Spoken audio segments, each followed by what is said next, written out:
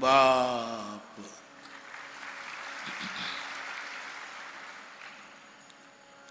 નવ દિવસીય રામકથાનો 8મો દિવસ. ફરી એક વખત આ ભૂમિમાં જે જે શુભ તત્વ છે એ તમામ શુભોને પ્રણામ કરીને સભામાં ઉપસ્થિત પૂજનીય ગણ, આદરણીય ગણ, આપ સૌ શ્રોતા ભાઈ બહેન, નિમિત્ત માત્ર યજમાન પરિવાર, શંકર પરિવાર, સૌને વ્યાસપીઠ પરથી મારા પ્રણામ. જય સિયારામ.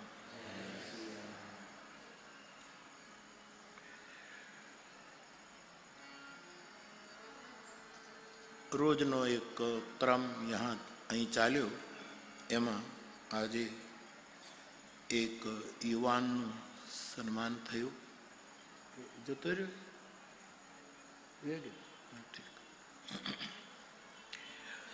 એમનું સન્માન થયું. એમને એની પાસે જે કંઈ વિદ્યા અને જે કંઈ એ ભણ્યા છે, ભણે છે, એમની આપણને બધાને પ્રેરણા આપી અને આવી યુવાની વધારે વિકસે એવી આપણે હનુમાનજીને પ્રાર્થના કરીએ. આવા યુવાન છોકરાઓના પ્રવચનો કોલેજોમાં રાખવા જોઈએ, સ્કૂલોમાં રાખવા જોઈએ. તો શું થાય કે વધારે લાભાન્વિત થાય. હવે આમાં તો ભરવાડો બેઠા છે, માલધારીઓ બેઠા છે, મારા જેવા 3 વખત મેટ્રિકમાં નાપાસ થયા બેઠા છે. પણ એને જે આ પવિત્ર પીઠે સન્માન આપ્યું ને, એનાથી એનો ઉત્સાહ વધશે. એને વધારે ને વધારે શીખવાની ઈચ્છા થશે, સમાજમાં બોલવાની ઈચ્છા થશે, બધાને પ્રેરણા આપવાની ઈચ્છા થશે. આ બધું વિકસશે. એટલે આ બહુ જ જરૂરી છે. અને એવું બધું જ કાર્ય આ કથાની સાથે જોડાયું. એનો 8મે દિવસે હરખ વ્યક્ત કરું છું. અને કાલે 9મે દિવસે પૂરેપૂરો હરખ વ્યક્ત કરી અને હું તલગાજરડા ભેગો થઈ જઈશ. બહુ આનંદ આવ્યો. મને ઘનશ્યામભાઈએ કહ્યું કે બાપુ 76 સમૂહ લગ્ન યોજાયા અહીંયા. કાલે મેં જોયું એ બધું. કેટલા લોકો આવ્યા, ભાવથી આવ્યા. કાલે પ્રસાદ ગ્રહણ થયો સવારના નાસ્તાથી તે રાત સુધી. કદાચ 1 લાખ લોકોએ પ્રસાદ લીધો. આ બહુ જ મોટી ઘટના, બહુ જ મોટું પહેલું છે. હું રાજી થાઉં છું. તો બાપ, જે કંઈ આ કેન્દ્રમાં તો કથા જ છે, એ જ રહેવી જોઈએ. એની સાથે જે બધા સત્કર્મો જોડાય છે એને આદર આપું છું. અને હવે આપણે કથામાં આગળ પ્રવેશ કરીએ. ગઈકાલે આપણી કથા, રામકથા પહોંચી હતી જનકપુરમાં, જ્યાં એક સુંદર સદન નામના પ્રાસાદમાં વિશ્વામિત્રજીની સાથે રામ લક્ષ્મણ ને ઉતારો આપવામાં આવ્યો. પછીની જે કથા છે તે એવી છે કે સાંજ પડે છે ત્યારે જનકપુરના રામની ઉંમરના યુવાનો, કુમારો, એ બધા સુંદર સદનના દરવાજા પાસે રામને જોવા માટે ઊંચા નીચા થાય છે. લક્ષ્મણ છે એ જીવ ધર્મના આચાર્ય છે. રામ તો પરબ્રહ્મ છે, પણ લક્ષ્મણ છે આપણે જે જીવ છીએ એના આચાર્ય છે. તેથી જીવના મનની ગતિ લક્ષ્મણ વધારે જાણે. એ લક્ષ્મણજીને એમ થયું કે આ કુમારો રામ દર્શન કરવા ઈચ્છે છે, પણ એને અંદર કોણ આવવા દે? એટલે લક્ષ્મણને અંદરથી ઈચ્છા થઈ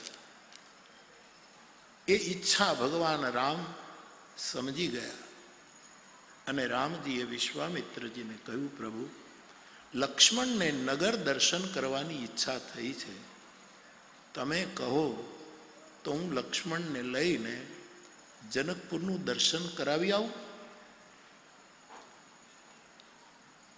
લક્ષ્મણને નગર દર્શનની ઈચ્છા થઈ એવું લખ્યું છે, પણ લક્ષ્મણજીની મૂળ ઈચ્છા એ છે કે આ લોકો અહીંયા નથી આવી શકતા, એની પાસે અમારે જવું જોઈએ. મૂળ સૂત્ર છે. આ ત્રેતાયુગની ઘટના આજ વધારે મારે તમારે ચરિતાર્થ કરવી પડશે. હું કાલે જ આ નિકુંજને કે મારી સાથે જે છોકરાઓ હતા એને એ લોકોને એમ થાય કે 1 લાખ માણસો જમે છે, હું જ્યાં ઉતર્યો છું ત્યાં પણ ઘણા માણસો મળવા આવનારા બધા જમે છે, મારું ગંગાજળનું બધું જ હું જે જમી શકું સાત્વિક મારો યુક્ત આહાર જે હોય એ ગંગા, છતાંય હું આ ઝૂંપડાઓમાં ભિક્ષા લેવા શું કામ જાઉં છું? આ પ્રશ્ન આ લોકોને ઉઠે છે. શું કામ જાઉં છું ભાઈ? હું એટલા માટે મેં નિકુંજને કહ્યું કાલે, બેટા કહ્યું ને કે બેટા મને ખબર છે કે આ લોકો કોઈ દિવસ મારા સુધી નહીં આવી શકે, કાં તો કોઈ એને આવવા નહીં દે, અથવા તો એ પોતાના શીલને લીધે બળવો નહીં કરે કે નહીં ભાઈ આપણાથી કેમ જવાય, બાપુ પાસે કેમ વાત થાય, આપણે કેમ જઈ શકે. એટલે મારો આ સહજ ઉપક્રમ છે કે સમય મળે એટલે હું એની પાસે જાઉં. આ મારે ને તમારે, જો હું રામાયણ ગાતો હોઉં તો મારે આ કરવું જોઈએ. આમાં કંઈ પ્રતિષ્ઠા કે મારા ફોટા પડે કે એટલા માટે કંઈ છે જ નહીં. અને એ તો તમે ન સમજી શકો તો એ જવાબદારી તમારી છે, મારી કંઈ નથી જવાબદારી. પણ મારો હેતુ આ છે, મારી સાથે બહુ આવતા નહીં, પણ ક્યારેક ભિક્ષામાં આવો તો ખબર પડે કે આના પરિણામો કેવા આવે છે. અમે તો ઓચિંતા ગયા ને કાલે, અહીંથી આમ જતા હતા, મેં કીધું ગાડી આમ વાળો ભાઈ, અમે ગયા, મેં કીધું કે ભાઈ રોટલો બનાવી દો કે શાક કે જે કંઈ, ગાયો ઘણી હતી, દૂધ દોયું હોય તો તાજું દૂધ આપો. મેં ભિક્ષા માંગી અને રોટલો ઘડાવવા માટે આ લોકો ગંગાજળ આપવા ગયા, ત્યારે ઓલી બેન એક શાક કરતી હતી. એ એમ બોલી કે હું રોજ શાક કરું ત્યારે મને એમ થાય કે બાપુ યાદ આવે છે ને એક વખત તો બાપુ અહીંયા આવવો જ જોઈએ. આ કોણ કરે છે?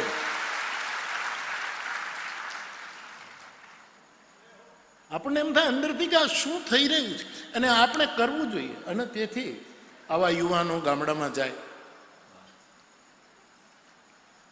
જે આપણા સુધી નથી પહોંચી શકતે ત્યાં જવું જ જોઈએ. મને કાંઈ રોટલો નથી મળતો એમ નહીં, આ દુનિયામાં બારવટિયાઓ નહીં રોટલા મળતા હતા, બાવાને ન મળે. મારો હેતુ આ છે કે છેલ્લા માણસ સુધી જવું જોઈએ. અને આ મૂળ રામાયણનો વિચાર છે સાહેબ.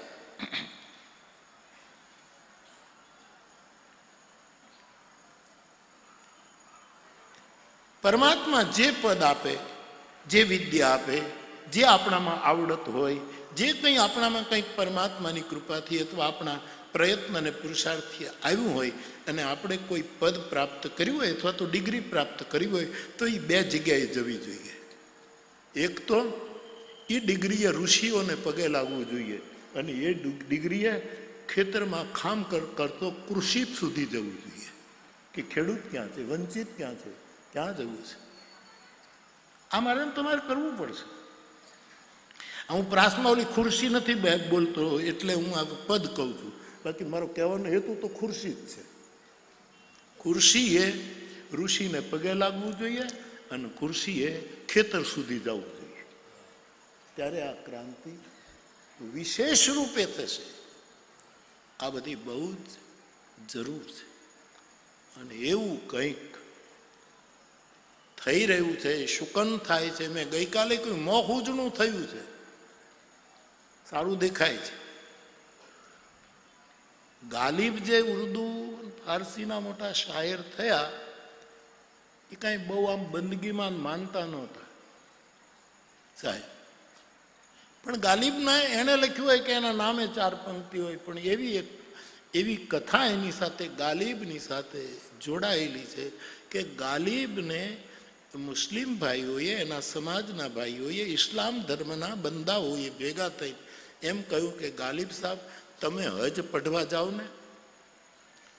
ગાલિબ કે ભાઈ હજ પઢવાનું આપણી પાસે ક્યાં ત્રેવડ છે, આપણે ક્યાં હજ પઢવા જઈએ, એમાં તો કરજો ચૂકવવો પડજો કે આપણા ઉપર તો કાંઈ કરજો છે નહીં, વળી આમ કરવું પડે આમ કરવું પડે, એ જે કંઈ એ બંદગી એ માર્ગના જે નિયમ હશે તે કહ્યું.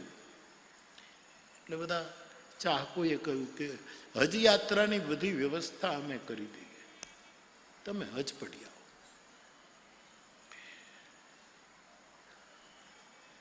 તો ગાલિબને આનંદ થયો કે ચાલો ને કઈ વાંધો નહીં જઈએ. અને ગાલિબ બહુ રાજી થયા, બધી વ્યવસ્થા કરી. અને એના નામે હોય કે એની હોય, આપણને કઈ બહુ અભ્યાસ નથી, પણ આ હું બોલ્યા કરું છું ઘણા વખતથી, પ્રેરણા માટે સારું છે, બાકી જેનું હોય. રામકૃષ્ણ પરમહંસ એક આંબાવાડીમાં ભક્તોની સાથે ફરતા હતા ને, તે ભક્તો જે હતા ને, 15 એકરનું આંબાની વાડી હતી, એમાં બધે આંબે જઈને એટલે આંબાના માલિકને કે આ કયા કિસ્મનો આંબો છે, આ ક્યારે ફળે, આની કેરી કેવી હોય, એ 1 કલાકમાં બધે આંબે ફરીને એનો આખો સર્વે કરીને આવ્યા.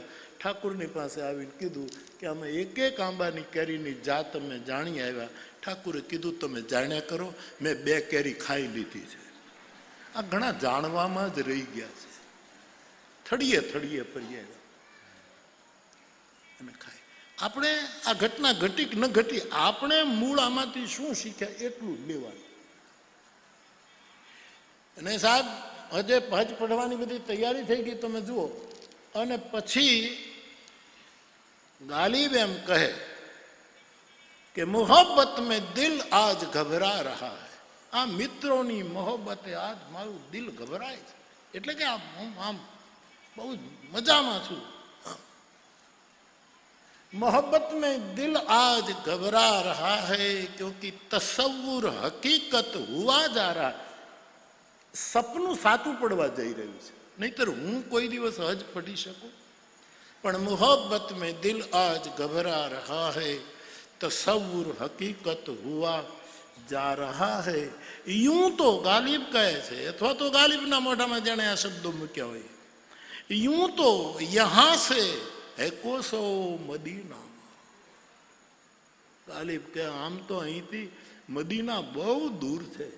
यूं तो यहां से है कोसो मदीना, પણ મદીના यहां से नजर आ रहा है. એમ વ્યાસપીઠને આ જે રીતે સળવળાટ સમાજમાં થઈ રહ્યો છે ને, એટલે મોહુજળું ભળાય છે કે કંઈક વધારે થશે ને થઈ રહ્યું છે. આવા યુવાનો આવી ગયો ને ભાઈ, શું નામ તારું બેટા? કાર્તિક ને? હા, આવા યુવાનો કેટલું કામ કરી શકે, એની પાસે ઘણી અપેક્ષા. એટલે આપણને એમ થાય કે મોહ ઉજળું થયું છે. સૂરજ પણ ઉગશે અને મધ્યાહન પણ થશે. અને આપણે ઈચ્છીએ કે ભારતનો સૂર્ય એવો મધ્યાહન થાય કે રામ જન્મ વખતે તો 1 જ મહિનાનો થયો હતો, જન્મ સુધી સૂરજ આપણો આકાશમાં રહે, અસ્તા કલમાં જાય જ નહીં, એવી હનુમાનજીને પ્રાર્થના. બીજું શું? તો લક્ષ્મણજી જીવ મનની ગતિ જાણીને કહે છે કે પ્રભુ, મૂળ હેતુ હતો કે આ લોકો આપણી પાસે નથી આવી શકતા, એની પાસે આપણે જવું જોઈએ. આ મૂળ વસ્તુ. વિશ્વામિત્રજીને પ્રસન્નતા થઈ, રામજીને કહ્યું તમે લક્ષ્મણને ઈચ્છા થઈ છે તો લક્ષ્મણને જવા દો ના, તમે શું કામ? બોલે મહારાજ લક્ષ્મણ જાય તો ક્યાંક ભૂલો પડી જાય, હું જાઉં તો નગર જોવડાવી પાછો. એટલે કે લક્ષ્મણ ભૂલો પડી જાય. તમે પહેલા જનકપુરમાં આવી ગયા છો? રામજીને પૂછ્યું. નહીં મહારાજ, હું તો દ્રષ્ટા છું, જગ પે ખન તુમ દેખનિયા. આ જીવ મારી આંખે જો દુનિયા જોશે તો ભૂલો નહીં પડે. એટલે રામ કહ્યું લક્ષ્મણને લઈને ફેરવીને સમય. આપણે આપણા ગુરુની આંખે જો સંસાર જોઈશું ને તો ભૂલા નહીં પડીએ. પણ જો એકલા આમ ડોળા ફાડી ફાડીને રખડશું ને તો ક્યાં, એટલે 31ની રાતે ધ્યાન રાખજો. આજે 31 છે ને, અમારા ઉદ્ઘોષક શ્રીએ પણ કહ્યું, મેં પણ કહ્યું કે ભારતીય સંસ્કૃતિને લક્ષમાં રહીને અને ઉજવજો. ના નથી, ઉજવજો 31, પણ ગાંડા નહીં થતા, નહીતર ભૂલા પડશો. અને ભૂલા ન પડીએ એટલે જરૂર છે કોઈ બુદ્ધ પુરુષની, કોઈ ભજન પુરુષની આંખનું માર્ગદર્શન, એની દ્રષ્ટિ. રામ ગયા છે, આખી જનકપુરી રામમય બની છે. અને દર્શન કરવા નહીં, પણ બધાના નેત્રોને પોતાના દર્શન વડે ધન્ય કરવા માટે પ્રભુ ગયા છે. સાંજે પાછા ફર્યા, સાંજની સંધ્યા થઈ, ભોજન થયું, ગુરુદેવની સાથે સત્સંગનો વાર્તાલાપ થયો, અને પછી વિશ્વામિત્ર વિશ્રામ કરે ત્યારે બંને ભાઈઓ ગુરુની ચરણ સેવા કરે છે. પછી રામ વિશ્રામ કરે ત્યારે લક્ષ્મણજી ચરણ સેવા કરે છે. અને પછી સવારે જાગૃત થયા, સૌએ પોતપોતાના સંધ્યા કર્મ વગેરે પૂરું કર્યું, અને ગુરુજી પોતાની પૂજા કરવા બેઠા છે. પોતાની જે કંઈ નિત્ય કર્મ હશે એ ગુરુની પૂજા માટે પુષ્પ લેવા, ફૂલ ચૂંટવા માટે રામ અને લક્ષ્મણ જનકના બાગમાં ગયા છે. સમય સવારનો છે.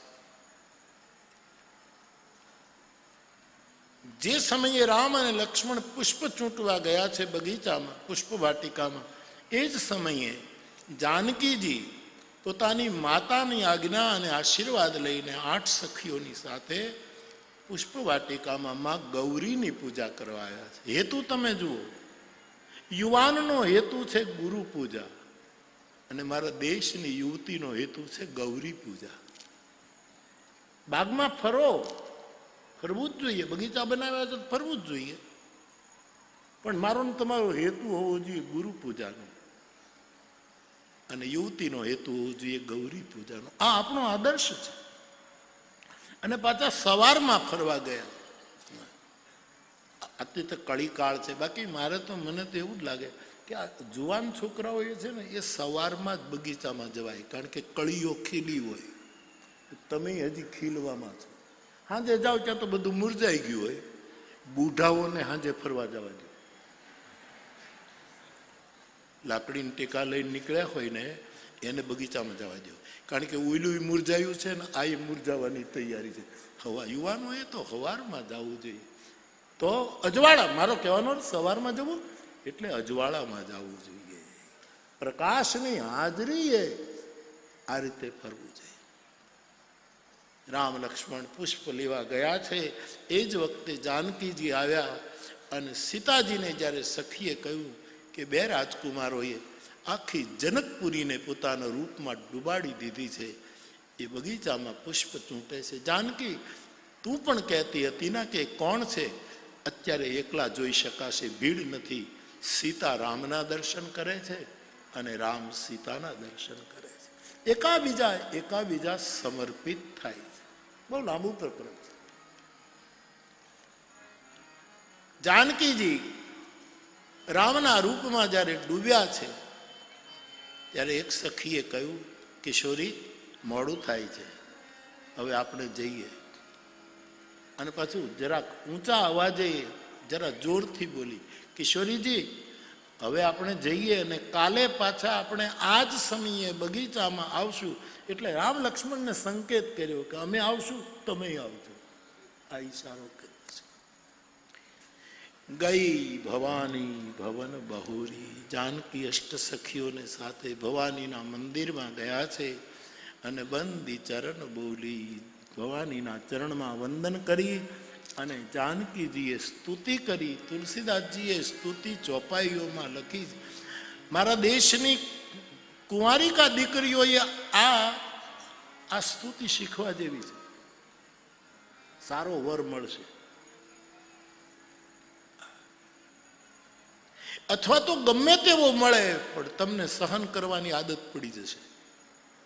ગમે તેવો મળે, પણ ધરતીની દીકરીએ આ ધીરજ રાખવાનું એક સૂત્ર આપ્યું, અને સહન કરવાની.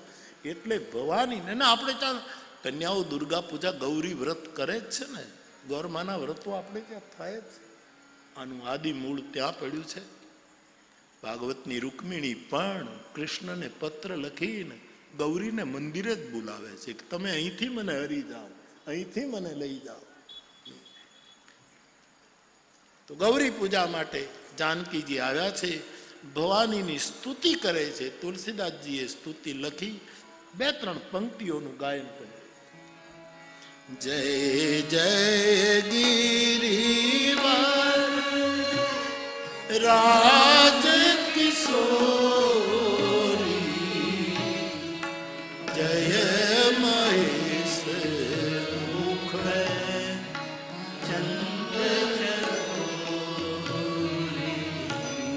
જય ગજ બદન ષડાનન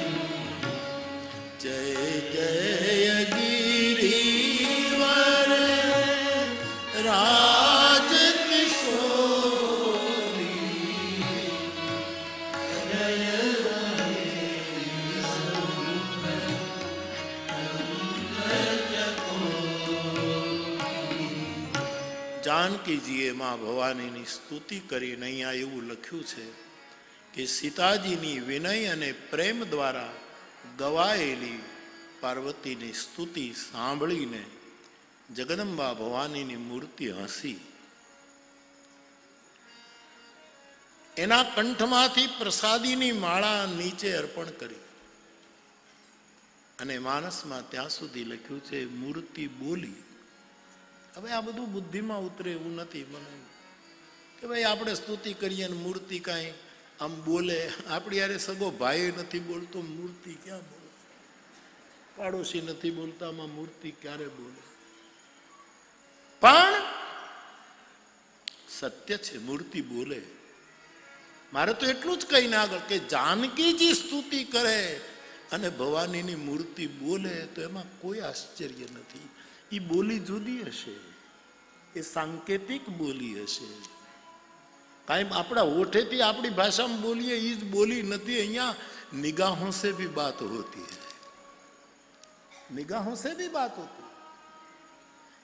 વાણી તો એક બહુ જ બડા વાણી તો જ્યારે આપણાથી ચાલતું નથી કોઈ સંકેતમાં ત્યારે આપણે વાણીનો નગીન બાપા એમ કહેતા હતા કે આપણે જાતને છુપાવવા માટે ભાષા જેવો પડદો બીજો કોઈ નથી. કારણ કે માણસ પોતાને ઢાંકી દે, એમાં ખબર જ ન પડવા દે. એવું મીઠું મીઠું બોલે, ઉપરથી ઉજળા એવા દેખાતા સજ્જનો જેવા, સ્વાર્થી મનતણા મહેલા, મળે ત્યારે ભયંકર છે. આપણને છુપાવવા માટે આપણી વાણી બહુ આપણને કવચનું કામ કરે છે. વાત તો સાચા દિલની વાત આંખોથી પહોંચી જાય, હૃદયના ધડકનો સામે ધડકે. એક સમય હતો સંગીતમાં કે એક સિતાર વાદક 100 ફૂટ દૂર બેસીને સિતાર વગાડતો હોય અને એક સિતાર ખૂણામાં પડી હોય અને અહીંયા બરાબર એ તન્મય બને ત્યારે વગાડ્યા વગર ઓલા ખૂણાનો સિતાર રણજનાતી બોલાવતો. આ આદેશ છે, આ શક્ય છે. તમને એમ લાગે કે આ તો ચમત્કાર છે, પણ તમે એક મીણબત્તી પ્રગટાવો દિવાળીમાં, બીજી મીણબત્તી પ્રગટાવી હોય પણ ઓલાઈ ગઈ હોય, વાટ કાળી કાળી થઈ ગઈ હોય, પછી પહેલી મીણબત્તી જે પ્રગટાવેલી છે આ એક છે, આ ઓલાઈ ગઈ છે, આ પ્રગટેલી છે. પછી તમારે એને ધીરે ધીરે ધીરે ધીરે હાવ ઉડાડવાની જરૂર નથી. એક નિશ્ચિત ડિસ્ટન્સ જ્યારે કાપશે ત્યારે આ જ્યોત ઉલળીને આને પ્રગટાવી દેશે. એમ બે ચેતના હાવ નજીક આવે ત્યારે આમ એકદમ ઓલું થઈ, આ ચેતના તુરંત છલાંગ મારીને બુજેલી ચેતનાને પ્રાપ્ત કરશે. આ ભારતીય અધ્યાત્મ છે, આ ચમત્કાર નથી સાહેબ, આ શક્ય છે. પણ બીજું એટલું બધું શીખી ગયા ને તો મૂળ શીખ્યું આપણને ઋષિમુનિઓએ શીખ્યું હતું ભૂલાઈ ગયું. એટલું બધું શીખી ગયા આપણે.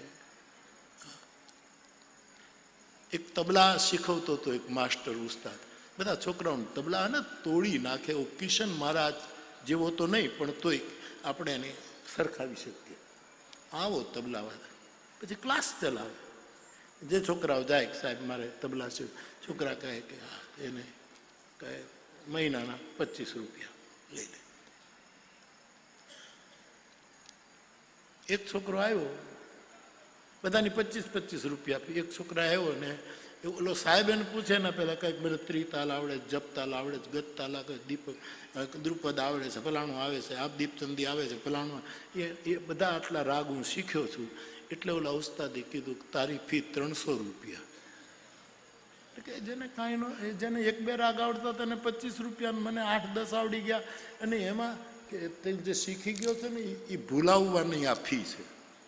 હું જેને આવડી ગયું છે ને એ તારું જે મારે ભૂલાવવું અને કોરી પાટી થાય ત્યારે હું તને શીખવીશ. આવું પણ બને છે. ત્યારે બાપ માં જાનકી સ્તુતિ કરે અને ભવાની જો. હવે ગામડામાં સાહેબ ભૂવો બેઠો હોય ને જરા કે મારી માં, ભલે ખાચું ખોટું મારી મેલડી માં જાણે, મને ખબર નથી, પણ જરા કામ કરો ત્યાં તો આ નાકના ફોડવા આમ થવા માંડે. એમ જો થતું હોય તો જયારે જગદંબા જાનકીજી સ્તુતિ કરે અને ભવાની એની મૂર્તિ, એમાં કોઈ આશ્ચર્ય નથી, કોઈ આશ્ચર્ય. ચેતનાને પકડી લે છે, એ નિયમ છે. મને તો આવા કેટલા અનુભવ છે. આ તો કાલનો અનુભવ તો મેં કીધો. હવે 3 દિવસ પહેલા શાક વઘારનારી એ ભરવાડો બેન એમ કહે કે નહીં બાપુ આવશે, બાપુ આવશે. એ ચેતના અમારા સુધી અથડાની, ગાડીઓ મારી આમ જતી હતી. મેં કીધું આમ લો. મારી સાથે 10-15 જણા હતા. અને એ દીકરીએ આ ગંગાજી એને કીધું કે મને ખાતરી હતી કે તમે આ આદેશ છે. એમાં મોરારી બાપુને કઈ ખબર પડી ગઈ હતી એમ નહીં. કોક ચેતના મોરારી બાપુને ખેંચે છે. એમાં મોરારી બાપુનો મહિમા નથી, પણ કંઈક છે આપણે ત્યાં. આપણું અધ્યાત્મ, આપણી આંતરિક જો કંઈક છે એ કંઈક છે, કંઈક છે. આવા કેટલા અનુભવ છે મારે કોઈ કથા લખવી નથી ચોપડીમાં ક્યાંય. તમે સાંભળી લો એટલે પૂરતું. મારે તમારા કાન સુધી જ પહોંચવું છે. હમણાં આપણે ઉદ્ઘોષક શ્રીએ શું કીધું કે આપણે ન ધરા સુધી, ગની દહીંવાલાની છે ને ધરા સુધી, બહુ સરસ ગઝલ છે, અમે ગાયા જ કરીએ સાહેબ. આજ તમે મને યાદ કરાવી. ક્યાં ગયા ઉદ્ઘોષક છે? એ બહાર ગયા. ઠીક. અહીંયા બોલી બોલીને બધા વયા જ જાય છે અમને બેહાડીને. એટલે કે જગ્યા થાય ને, આપણે ખોટા બેસીએ ને કરતા આપણે જઈએ તો જગ્યા થાય. ઉદારતા છે, બીજું કઈ.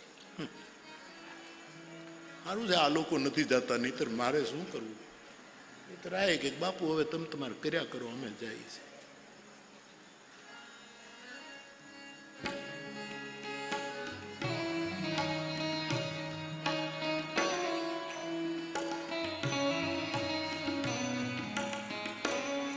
લાખાભાઈ ગઢવી આ બોલતા, લાખાભાઈ આ બોલતા જોડિયામાં આવતા છે.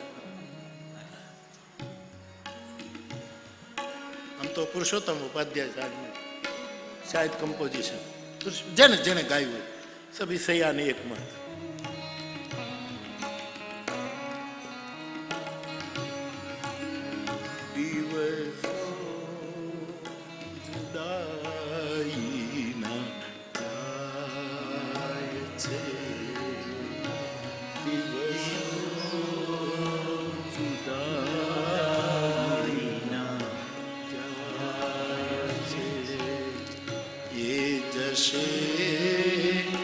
જરૂર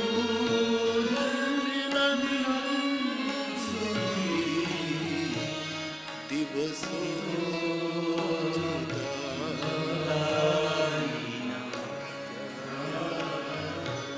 શું આમ કદ નાનું પણ પદ કેવા મોટા હતા. ગની સાહેબ નું કદ બહુ નાનું હતું. મેં તો તલગાજડા આવીને રોકાતા હતા સાહેબ, આ દિલો ને એની સેવા કરતા હતા.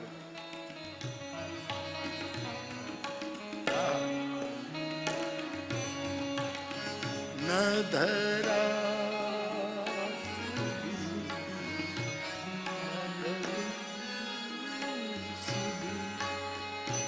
નહીં ઉન્નતિ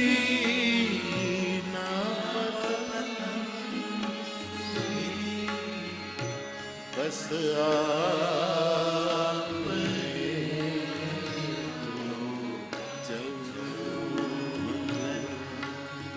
ફકત એક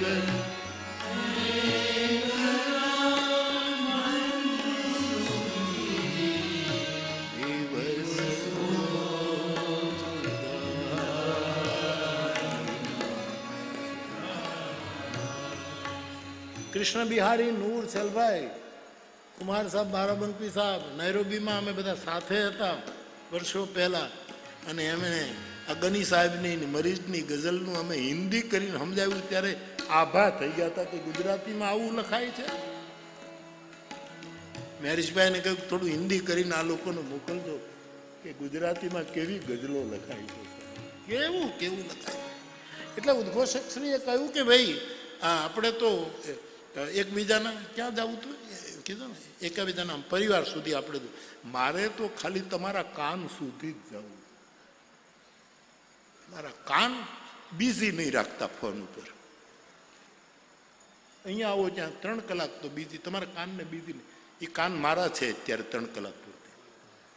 હું પકડતો નથી એટલો સાધુ છું, એ મારી સાધુતા છે. બાકી 3 કલાક પૂરતી તમારા કાન તમારા નથી. મારે એમાં કંઈક નાખવું છે, મારું જીવન કાર્ય છે, મારે શું કરવું છે, એમાં કંઈક ખાંડવું છે મારે. ભલે તો મેં આ કાનમાંથી લઈને આ કાનમાંથી કાઢી નાખું, મને વાંધો નથી, પણ નાખવા દઉં. આપણે કાન દુખતા ને 2 ટીપા નાખો તો કાનમાં નથી રાહત થતી. આ 9 દિવસની ચોપાઈઓ હું તમારા કાનમાં નાખું, ભલે આ કાનમાં ત્યાં આખી લાઈન ક્લીન થઈ જશે સાહેબ, આખી. અત્યાર સુધીમાં જે નિંદા સાંભળી છે ને એ બધું નીકળી જાય, પરવું નીકળી જશે. મને કાન જોઈએ છે, શ્રવણ જોઈએ છે. બાપ તો ચેતના કામ કરે છે. જાનકીજી સ્તુતિ કરે ને ભવાની બોલે એમાં કઈ આશ્ચર્ય છે? એની ભાષા જુદી હશે, સીધી વાત છે. પ્રસન્ન થયેલા પાર્વતીએ સીતાજીને કહ્યું કે નારદના વચનને સાચા માનજો, તમારા ગુરુ જે બોલ્યા છે એને પકડી રાખજો. જાનકી, તમારા મનમાં જે વરરાજો, જે યુવક વસી ગયો છે એ સહજ સુંદર સાવરો તમને મળશે. આમ ભવાનીએ સીતાજીને આશીર્વાદ આપ્યા. તુલસીદાસજીએ લખી લીધા, મને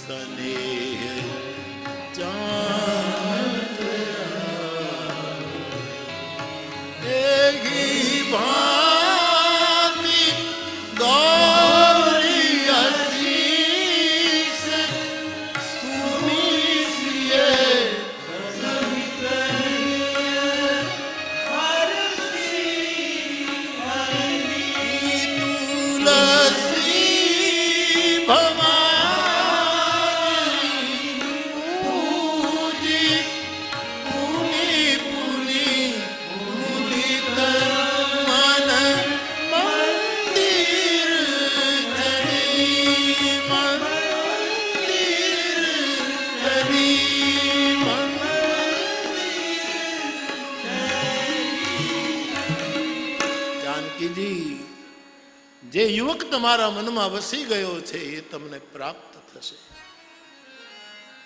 કિશોરીજી પ્રસન્ન થયા. માના આશીર્વાદ લઈને પોતાની માતા પાસે, સુનૈના રાણી પાસે આવ્યા. માં, અમને મોડું થયું. નિખાલસતાથી કન્યાએ પોતાની માની પાસે હૃદયની વાત કરી છે. આ બાજુ ગુરુની પૂજા માટે પુષ્પ લઈને ભગવાન રામ, લક્ષ્મણ, વિશ્વામિત્રજીની પાસે આવ્યા. મહાત્માજી લખે છે, સુમન પાઈ મુનિ પૂજા કી. ગુરુને પુષ્પો આપ્યા, પૂજા કરી. વિશ્વામિત્રજીએ બંને ભાઈઓને આશીર્વાદ આપ્યા કે તમારા મનોરથ સફળ થાવ. અહીં કોઈ એવું કહ્યું કે ભગવાન રામે ગુરુને ફૂલ આપ્યા, પુષ્પ આપ્યા, તો ફળ કેમ ના આપ્યા? બાગમાં તો ફળ પણ હશે. આપણે ત્યાં તો 4 વસ્તુ આપવાની લખી છે, પત્રમ, પુષ્પમ, ફલમ, તોયમ. તો ફળ કેમ ના આપ્યા? ફૂલ જ આપ્યા. રામજીને કોઈએ પૂછ્યું કે રામજી, તમે ફૂલ તો આપ્યા ગુરુને, પણ ફળ કેમ?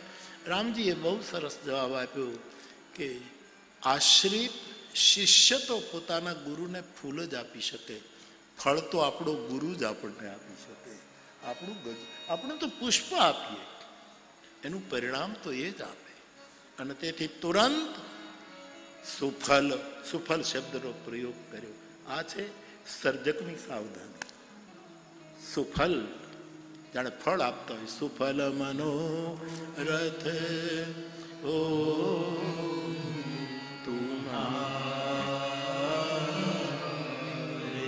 રામ લખન સુની ભય.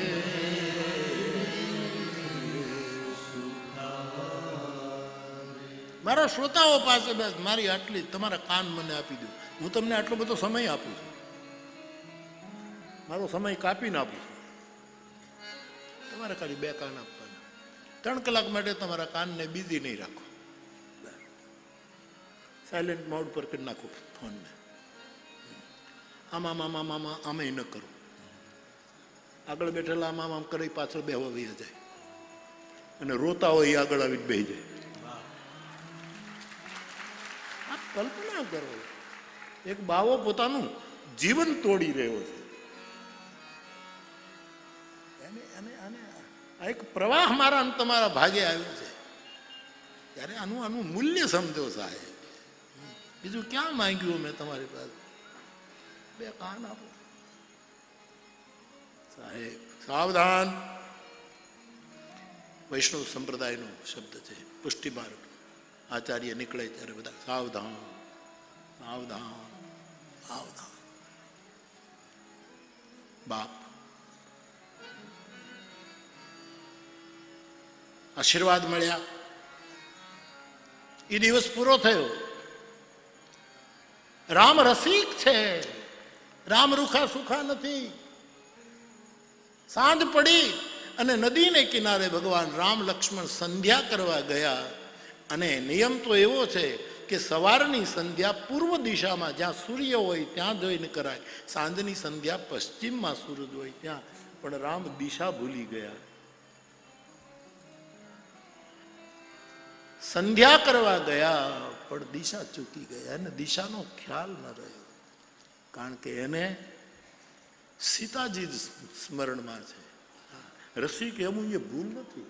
સીતાજીને બગીચામાં જોયા ને એ સતત સીતાનો અહીંયા ચંદ્રોદય થઈ ગયો છે. અને ભગવાન રામ સીતાજીના મુખ ચંદ્ર નહીં. થોડાક રસિક કર્યો. જો 3 રસ છે આ દુનિયામાં. 3 રસ. આમ તો સાહિત્યના 9 રસ, ભોજનના 6 રસ, નિંદાનો તો કોઈ પાર વગરનો રસ. બાકી મૂળ કાવ્યના મમ્મટ સાહેબ એમ કહે છે કે 9 રસ બરાબર છે.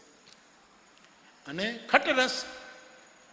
તુલસીદાસજીનું વિનય પત્રિકામાં એક પદ છે, જો મોહી રામ લાગતે મીઠે તો ખટરસ નવરસ.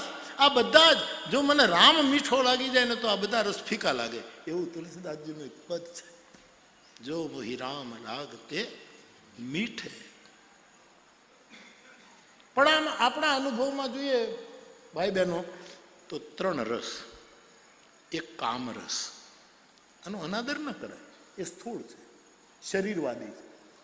કામ રસ રસ છે. માણસ પોતાના જીવનમાં સંયમ અને મર્યાદાથી બાપ દાદાની ખાનદાનની લાજે નહીં, એવી રીતે માણસ પોતે જરૂર આનંદ કરે. એનું કામરસ છે, એ સ્થૂળ છે, શરીરવાદી છે. ત્યાં અટકી નહીં જવું. મારે તમને એટલું જ કહેવું છે, જો તમે મને કાન આપી દીધા હોય તો એટલું જ કહેવું. પહેલો છે કામરસ, પણ પછી આનંદ આવશે નામરસ. પ્રભુનું નામ જ્યારે છે એ બીજો રસ છે. કારણ કે પહેલો ખાલી શરીરવાદી છે અને બીજો નામ રસ એ તો ચૈતસિક છે. મુરારી પાદાર્પિત ચિત્ત વૃત્તિ ગોવિંદ દામ. બીજો છે નામરસ. છોકરાઓ પહેલો કામરસ, એનો અનાદર નહીં. ભગવાન કૃષ્ણ એમ કહે કે ધર્મથી વિરુદ્ધ ન હોય એવો કામોસ્મી ભરતર્ષભ. એ કામ હું છું, કામ મારી વિભૂતિ. એટલે પહેલો કામ એ પહેલો રસમાંથી જ બીજા આના કરતા કેવો રસ પહેલો હશે, કેવો રસ પહેલો હશે એનું ઉર્ધ્વીકરણ થાય. સ્થૂળમાં સ્થૂળ કામરસ, ચૈતસિક રસ છે એ નામરસ. હરિના નામનો પછી રસ આવવા માંડે સાહેબ, મજા. નરસિંહ મહેતાએ આમ આમ આમ ચીખ માર્યો, બાપજી પાપ મેં કવણ કીધા હશે. નાગરો કહે છે, પંક્તિ તો જુઓ, બાપજી પાપ મેં કવણ કીધા હશે, નામ લેતા મને નિદ્રા આવે. તારું નામ લઉં છું ત્યારે મને ઊંઘ આવશે. હે ગોવિંદ બતાવ મારા કયા પાપ છે કે મને ઊંઘ કેમ આવે છે. બાપજી પાપ મેં કવણ કીધા હશે, નામ લેતા મને નિદ્રા. નામરસ, હરિના નામ મંત્ર. આપણે ગામડાના માણસો શુદ્ધ નહીં બોલી શકીએ. ઓમ ભૂર્ભુવઃ સ્વઃ તત્સવિત એ બોલો તો બહુ સારું પગે લાગે. અમારે તો એક વડીલ હતા, એ ગાયત્રી મંત્ર જ બોલે, પણ ગાયત્રી મંત્રને ક્યાંય છે ઓમ ભૂ ભૂ ભૂ ભૂ સ્વઃ સ્વઃ, એટલે પણ આ તું હાવ ખોટો બોલે. એના કરતા રામ રામ કરવું વધારે સારું. નામરસ, નામરસ. આ બીજો છે, ચિત્ત સુધી પહોંચે છે. પેલો શરીર સુધી, નામરસ ચિત્ત સુધી, અને પછી આવે છે રામરસ, એ આત્મા સુધી પહોંચે છે. આ એક ક્રમ છે. કામરસ, નામરસ અને છેલ્લે રામરસ. તો બાપ જાનકીજીના રૂપની સરાહના ભગવાન કરે છે કે આ ચંદ્ર તો રાહુ એને ગળી જાય એમાં તો કલંક છે, અને એ તો સૂરજ ઉગે એટલે ઝાંખો પડી જાય. સીતાજીનું મુખ આવું નથી. સિંહ મુખ સમતા પાવ કિમી, ચંદ્ર બાપુરો રંક. જાનકીના ચહેરાની સમતા ચંદ્ર ન લઈ. આ તો બાપડો આવ બિચારો ચાંદો છે. અહીંયા કવિતા ઉઠે છે, અહીંયા કાવ્ય છે. આ ગ્રંથ છે ને સાહેબ, કાવ્યના રૂપે વાંચવા જેવો છે. કાવ્યના રૂપે. બીજું અમારી શ્રદ્ધા તમે ભૂલી જાઓ. અમારા માટે તો એક એક શબ્દ મહામંત્ર છે. પણ ખાલી સાહિત્યિક દ્રષ્ટિએ, કાવ્યની દ્રષ્ટિએ તમે લો તો એ આનંદ આવશે. કેવું બંધારણમાં કવિતા ચાલે છે સાહેબ, મીટરમાં બધું આવે. જન્મ સિંધુ, પણ પછી એને રાગે ચડાવો ત્યારે વધારે આનંદ આવે. આનદીન મલી સક સિય મુખ સમતા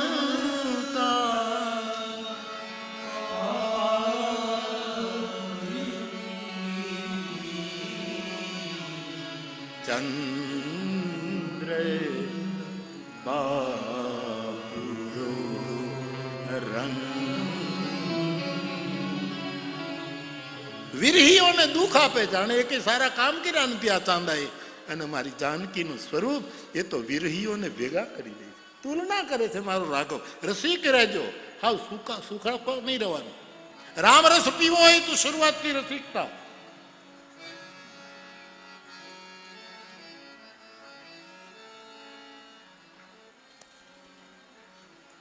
એ ઉગે એટલે કમળ બીડાઈ જાય. આને કોઈ સારા કામ નથી કર્યા ચંદ્રમાએ. જાનકી નો ચહેરો જુએ એની તો કુંડલીની જાગૃત થઈ જાય. કેવી તુલના કરે છે, આખો સ્વતંત્ર વિષય થઈ જાય છે. આનો તો રસાસ્વાદન કરાવવું જોઈએ. સાહિત્યિક સભા કાવ્યનો રસાસ્વાદ કરાવ, રસાસ્વાદ કરાવ. એવું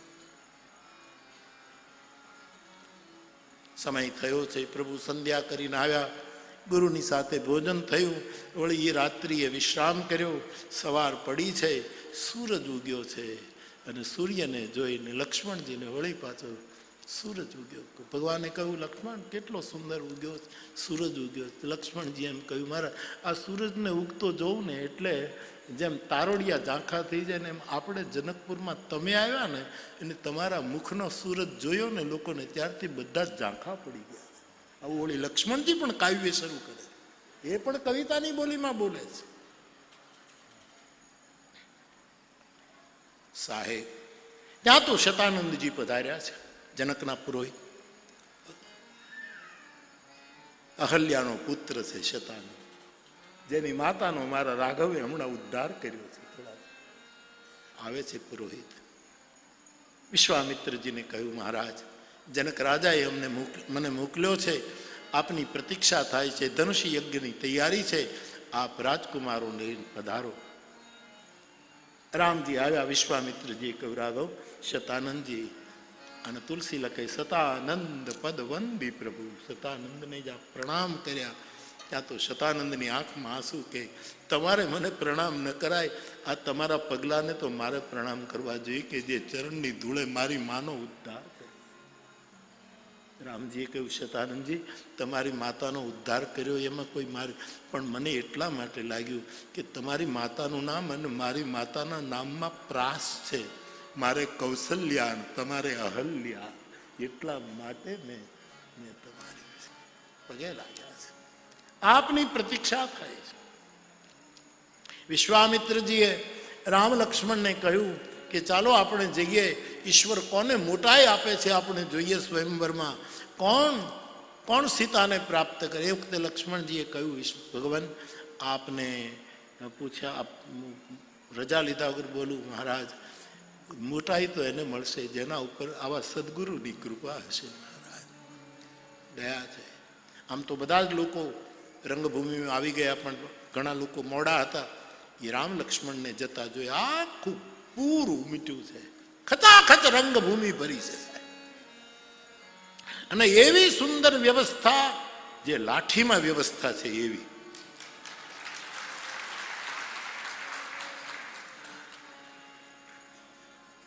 સારી વ્યવસ્થા છે. બહેનો અહીંયા બેઠા છે, ભાઈઓ અહીંયા બેઠા છે, થોડીક બહેનો અહીંયા બેઠી, થોડા ભાઈઓ વચ્ચે બેઠા છે, થોડાક ભાઈઓ બહેનોની વચ્ચે બેઠા. કેવી સુંદર વ્યવસ્થા, સરસ. હું અહીંયા બેઠો છું, આ છોકરાઓ અહીંયા બેઠા છે, આ બધા અહીંયા બેઠા છે, તમે બધા અહીંયા બેઠા છો. હા, કોઈ જનાર આમ બેઠા છે, જાગનારા આ બાજુ બેઠા છે, ત્રીજા બાજુ આમ બેઠા. કેવી સુંદર વ્યવસ્થા છે, ભલી રચના છે, બહુ સરસ વ્યવસ્થા, સુંદર. જો 1 મિનિટ ન બોલું તો આખું મેદાન શાંત છે, એક સન્નાટો છે. તમે કલ્પના કરો કેટલી રુચિથી લોકો શ્રવણ કરે, સાંભળવા જ આવે છે. એ નક્કી થયું છે. શોભામાં અભિવૃદ્ધિ કરવા નથી આવતા, ખાલી શ્રવણ કરવા. નહીતર આટલાને શાંતિ રાખવી મળે. ફરી એક વખત કહું, 40 છોકરાઓને આ તમારો મોરારી બાપુ પ્રાઇમરી સ્કૂલમાં ભણાવતો અંત નહોતો રાખી શકતો.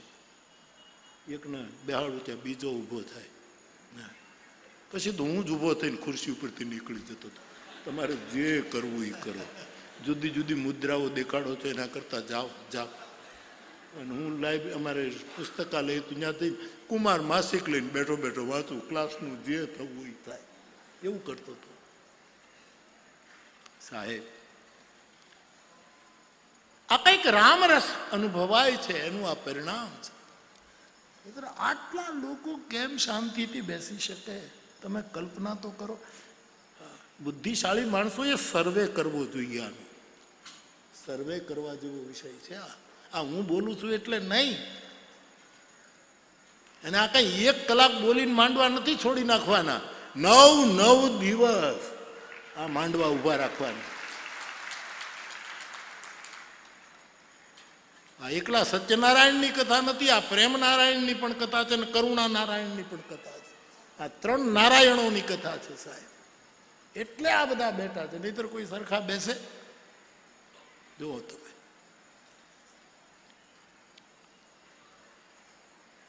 આટા મારે છે સ્વયંસેવકો જ મારે છે, બધા શાંતિ જ બેઠે. આ લોકો ખોટે ખોટા આટા મારે છે.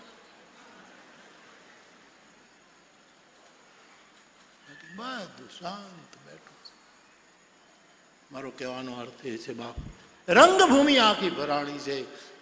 બહેનો આની જગ્યાએ, આ લોકો આની જગ્યાએ, રાજાઓ પોતાની જગ્યાએ, અને એ બધા જ મંચની વચ્ચે એક ઊંચો મંચ બનાવડાવેલો જનકજીએ કે જ્યાં વિશ્વામિત્ર અને રામ લક્ષ્મણ બેસે, જેથી કરીને મંચસ્થ બધાને જોઈ શકે અને બધા મંચ ઉપર બેઠેલાને જોઈ. એ વ્યવસ્થા હતી, ભેદ નહોતો.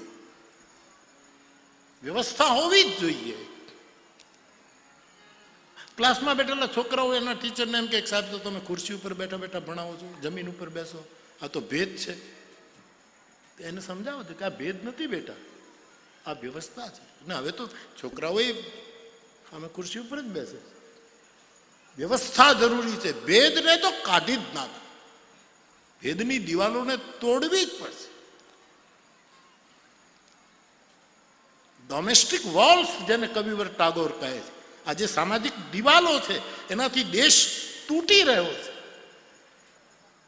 World has not been broken by domestic walls. સામાજિક દિવાલોથી આ દુનિયા તૂટી રહી છે. ત્યાં મને હે પરમાત્મા એવા સ્વર્ગમાં લઈ જશે. ગુરુદેવ ટાગોર કહે મને એક આવું સ્વતંત્રતાનું સ્વર્ગ જોઈએ. ટાગોરની કવિતા, જ્યાં આદમીનું જ્ઞાન ભય મુક્ત હોય.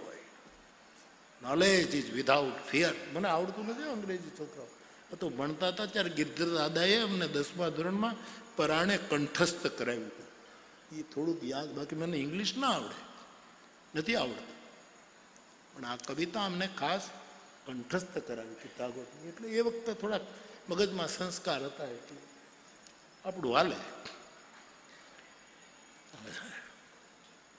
Where the words come out from the depth of truth, knowledge is without fear. જેમ તેમ નથી કાંઈ સાહેબ. રામ નામ શીખી ગયા પછી કાંઈ શીખવાની જરૂર નથી. આ તો આનંદ કરી બાપ. બધી જ વ્યવસ્થા થઈ છે, ભેદ નથી, વ્યવસ્થા છે. બધાની નજરો મંચ ઉપર બેઠેલા ભગવાન રામ ઉપર લાગી છે. તુલસી આમ જેમ મોરનું ધ્યાન ઘનઘોર સાથે લાગી જાય એમ બધાના નેત્રો ચાતક જેમ ચંદ્રને, ચકોર જેમ ચંદ્રને જોવાન ચાતકો જેમ સ્વાતિના પીપાસુ બને છે, એમ રામની સામે નજરો લાગી ગઈ છે. એમાં જનકજી ઉભા થઈને પોતાના બંદીજનોને કહ્યું કે તમે મારી પ્રતિજ્ઞા જાહેર કરો. આટલા રાજા મહારાજાઓ દ્વીપ દ્વીપ ખંડ ખંડથી આવ્યા છે, પ્રતિજ્ઞા ઘોષિત કરો.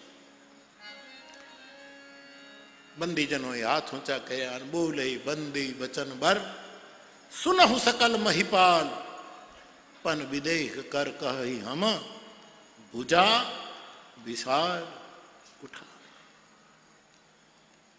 વિશાળ ભુજાઓને ઊંચી કરીને અમે કહીએ છીએ કે જનક રાજાની આ પ્રતિજ્ઞા છે. આ સભામાં હે રાજાઓ, જે આ ધનુષની દોરી ચડાવશે, ધનુષને ચડાવશે અથવા તો ધનુષને તોડશે, એને ત્રિભુવનમાં તો જય મળશે જ, પણ જગતમાં જેનો જોટો નથી એવી અમારી રાજકુમારી જાનકીજી એને જયમાળા પહેરાવશે. હે ઈશ્વરવીરો, હે રાજા મહારાજાઓ, ઉઠો, પરાક્રમ દેખાડો.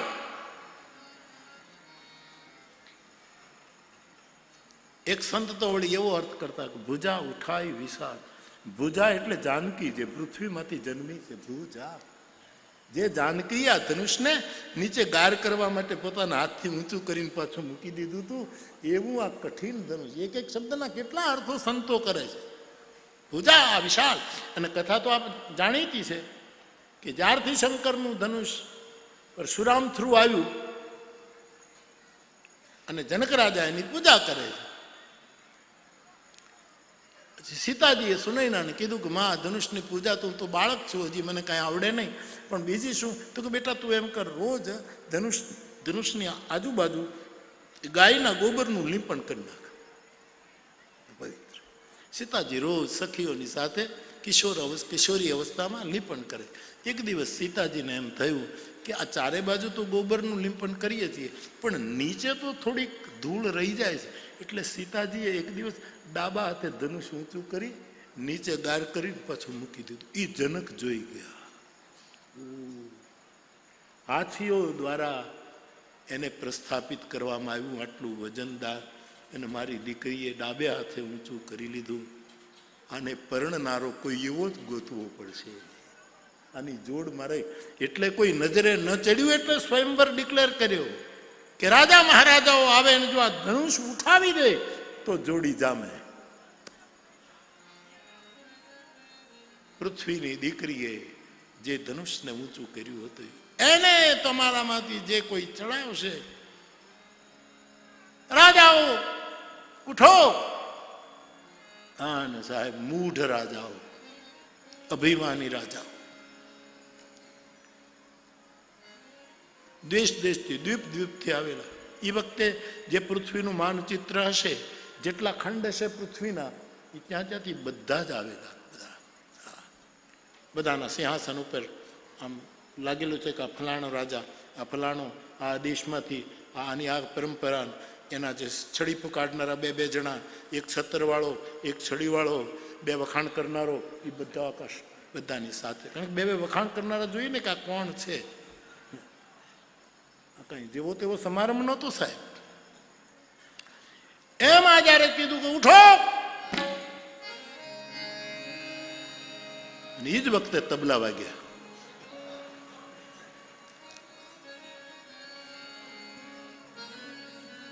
પહેલા સિંહાસન ઉપર રાજા હતા એ ઉભા થયા, કમર કસી કરી ગાંઠવાળી.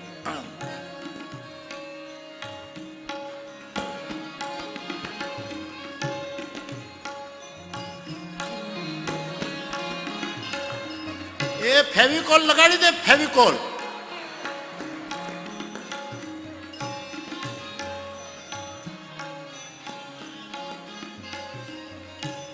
શહનાઈ વાગી, તાલ થવા લાગ્યો. મહારાજ ઉભા થયા છે અને એમાં જે વખાણ કરનારા જે હતા, બાપુ એક તોડી નાખો, બાપુ 1 મિનિટમાં. જનકરાજની ચિંતા તૂટી જવી જોઈએ. તમારા જેવા બળવાણી કોણ? એક વખત તમે મેરુની સામે જોયું તો મેરુ હલ્યો હતો. કેદી આ દાખલો બીનો તો. ખોટા વખાણ કરીને મારી નાખ્યા, ખોટા ચડાવી દીધા. મેરુ હલબલી ગયો તો બાપુ. હલી જાય. ધીરે ધીરે રાજા સિંહાસન ઉપરથી નીચે ઉતર્યો.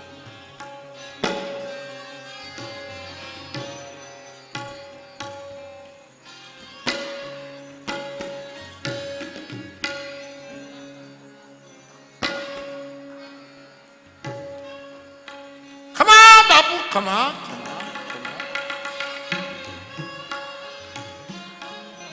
હા, બાપુ નીચે ઉતર્યા. એમાં એક લટુડિયો આવ્યો. બાપુ મોજડી રહી ગઈ છે, પહેરાવી દે. જરાક નીચે તો જો, નીચું ન જોવાય મારે તો. અમે નીચે ન જોઈએ, ઠેબા ખાઈએ પણ અમે નીચે ન જોઈએ. નખ નીકળી જાય પગના, ગોટો વળી જાય પણ અમે નીચું ન જોઈએ. અમે સૂરજની સામે જોનારા. ભલે બાપુ ભલે.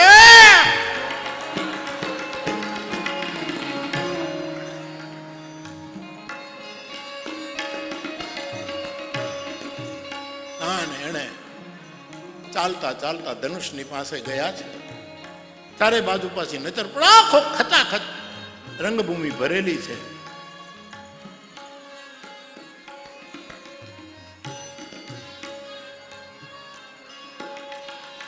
ધનુષની બે બાજુ જોઈ લીધી.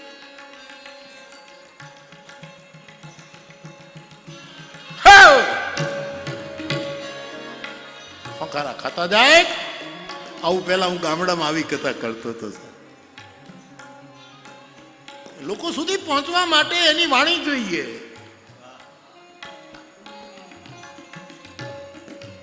સાહેબ ઝૂક્યા છે. પેલા 2 જણા તેના વખાણ કરે છે, બીજા તો રાજાઓ ઈર્ષા કરે છે. આ એના ઈષ્ટદેવને વખાણ કે મારાથી તૂટી જાય એવું કરજો. એના પછીના જે નંબર આવતા હતા એ પોતાના ઈષ્ટદેવને કંઈક આનાથી તો તૂટવું જ ન જોઈએ. આમ અંદર અંદર બધાને ઈર્ષ્યા હતી. સમાજની મોટામાં મોટી સમસ્યા આ જ છે કે સમસ્યા તોડીએ તો અમે જ તોડીએ, અને અમારાથી ન તૂટે તો ઉલટાની અમે અંદર બળીને સમસ્યાને મજબૂત